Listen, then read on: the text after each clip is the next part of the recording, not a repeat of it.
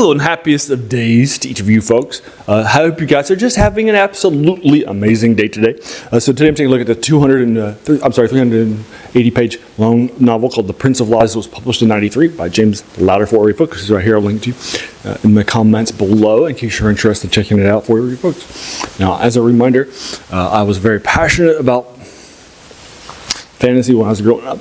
As a kid, I was born in 76 and that sort of thing. That's my first stuff I read was Tolkien and that sort of thing. I loved the Dragonlance series and that sort of thing too. Started that too as soon as it was getting published growing up. And then I started to move to the Forgotten Realms. I read the first novel, Dark Walker on Moonshade by Douglas Niles. Loved it lots, but I don't typically go back and read it, so it's pretty long too. And that series too. And then the other stuff too by Douglas Niles too. And then I also read the R.A. Salvatore, which was the next thing published, The Crystal Heart, and that series, his stuff is great. Love him lots. He actually became my favorite author, and I actually, when I recently moved to it, I actually had an entire box of R.A. Salvatore novels. Right? Love him lots, and that sort of thing.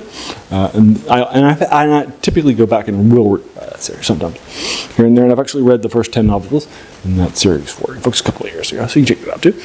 And then also, in the Forgotten Realms things, the other two things I definitely really like and go back to and reread on occasion is Ed Greenwood's Spellfire series, as well as some of his other things too, because he created the realms not for Dungeons and Dragons, but actually as before it was even created, and then he adapted it to it. He is definitely somebody I definitely enjoy. He actually sold the Forgotten Realms on a nominal fee to him, with the understanding that he would be writing some stuff for.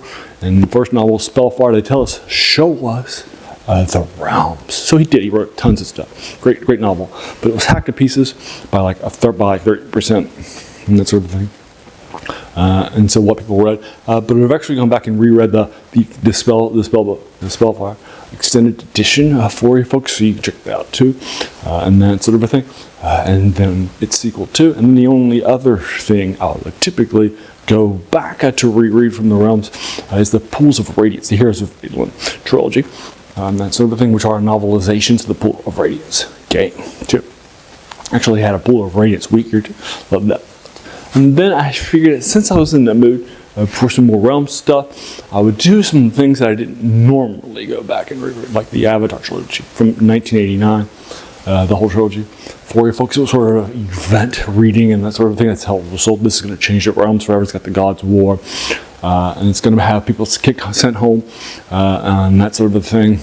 Gods are kicked out into the heavens because somebody stole the tablets of fate, and now they are all walking around the realms in avatars instead of their normal godly forms. Magic's going crazy, or it doesn't work at all. Everything is just bizarre and bonkers, right? And that sort of thing. And our four protagonists are Midnight, the Wizard, and Kelemvor, the at the time cursed as a lycanthrope, and that sort of a thing. And he's more of a lawful. His curse of lycanthropy forced him to be more mercantile, and I think he's actually pretty misogynistic. When Midnight asks to join their party, he's like, I don't think this is an opportunity. This isn't a task for a woman, right? Adon is the cleric of Sunni. Who's the god of beauty, and so he is in love. And so he's hugely important and that sort of a thing too. Loves him. He's very vain and that sort of a thing. And then the last one you definitely aren't a fan of. You're not even in an anti-hero style. That's Cyric. He is a thief and that sort of a thing from Zental Keep, the big bad guys, and that sort of thing. And so basically, what's going to happen over the course of that, and right now I'm going to have to spoil it because the next two novels I just knocked out are and so forth. So spoiler tags for the first trilogy, but it's from '89. That sort of thing. I'll give you a few seconds. Okay, here it is.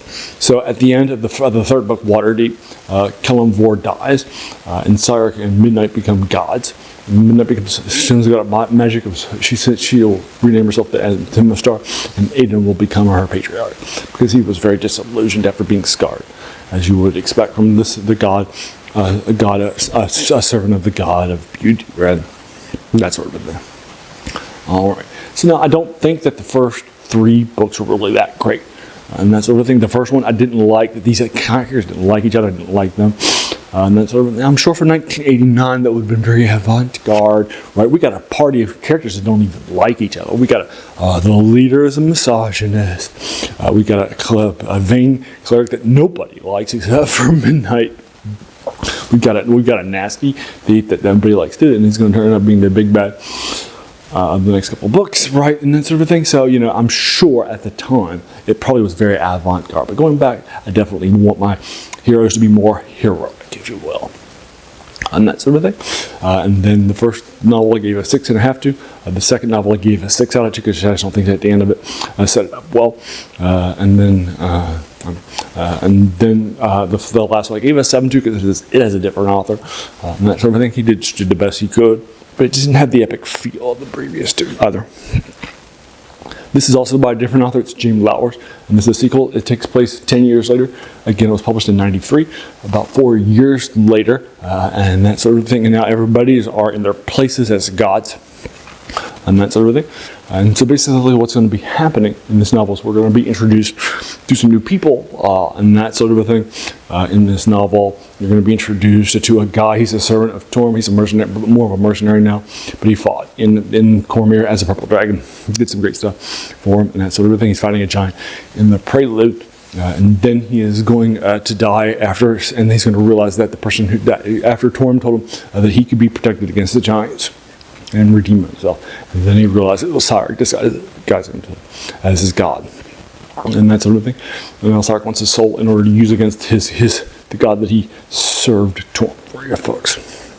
So that's the guy in the first novel, and that sort of thing. He's one of the main characters too. As he goes through various stages of undeadhood, he'll be our sort of point of view character. How the realm of the dead has changed from the third book to the fourth book, from Merkel, the god who died at the end of the book, to a Cyrek now, and that sort of thing.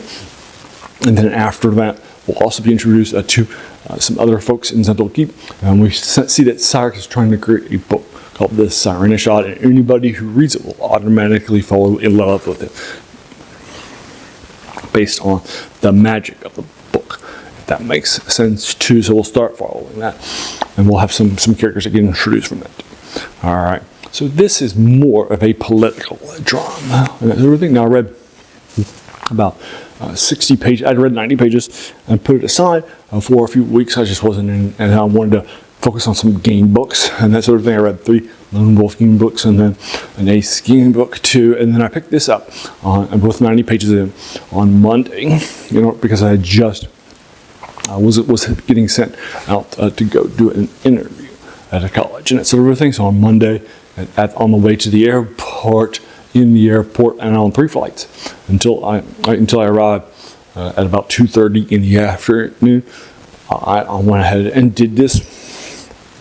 I knocked out everything but the last 75 pages, and then I knocked that out in the hotel proper for about 2 hours and finished it at about midnight. And then so I knocked it out very, very fast, and that's in one day. I've heard the first 90 pages. I read in like 2 days for you folks. But yeah, so that's Prince of Lies. It tries to be a political drama and trying to change the story up and that sort of a thing. So if you want to hear sort of what happens after this big giant epic trilogy and that sort of thing, each of these trying to be epic finales, something much more. Yeah, they're gods, right? But there's something much more political and human and more realistic and that sort of a thing. I think you'll enjoy this too. It's got lots of human characters in it too. Aiden's still there and that sort of stuff too. So you check it out too. And you definitely will need to read it because of what happens at the end for people that want to follow along with the Forgotten Realm stuff. But there you go. That is 1993's Prince of Lies. I'm probably going to be giving this the same that I gave Waterdeep. It's a 7. James Lowder does a good job with this. I just don't think that he sells the ending of the number 5. But they just also read over a couple of days too. So you check that out too. Coming up soon. Alright, so I'm giving this a 7 for you folks now. I try to do 3 of these older reviews of these things a week in fantasy, science fiction, and horror. They're all 3 of my beloved genres. That sort of stuff. I also do on Saturday I do something I call movie serials and that sort of thing. The Philosopher's Forgotten movie serials on Wednesday. I do older video game Wednesdays and that sort of thing. I try to do older reviews. And then on Monday, I do reviews of older things from RPGs or war games too, like Battletech 2. Right now, I've done reviews of a lot of D&D modules in the first edition. And that's the thing too. It's probably going to be your thing if you're watching this. Alrighty, so there you are. So those 7 reviews that I do a week of these older things sound like your cup of tea, then great. Welcome to the channel and have a seat. I think you'll enjoy your time here a lot. And take your shoes off too. I don't even wear them around the house. I don't even wear flip-flops or anything else. Alright, so there you are. So if that sounds like, well, and while you're here, why not hit the subscribe button, the like button, all the YouTube stuff, the bell icon to be notified when I send videos, like and watch. They basically watch and share those QAs that go on our channel for it, folks. And there you go. Help you. And as you can tell from all those older things, that's the passion. It's even where its name comes from. The worst thing about new books. There's a quote by a French philosopher, Jacques Joubert, who says that the worst thing about them was they kept us from reading the old stuff, right? And this is some older stuff we might have forgotten about.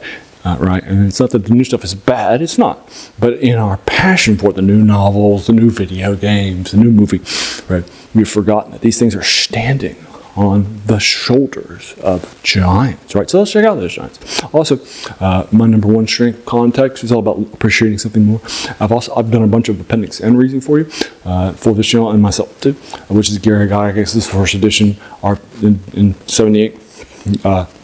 Dungeon Master's Guide. He lists all of the influences, and I appreciate his amazing work more the more I go back out and read that stuff too. So that's also where that passion comes from too. Alrighty, so there you are. If you just made it to the end, I want to take a minute to thank you so very, very much for just taking some time out of here today and investing it and watching my videos, right? Because we all have so many things that are happening in our lives, and we're pulled in so many different directions too, right? So the fact that you spent this time with me, that's incredibly humbling, and I appreciate that so very, very much. So thanks again, and have an amazing day.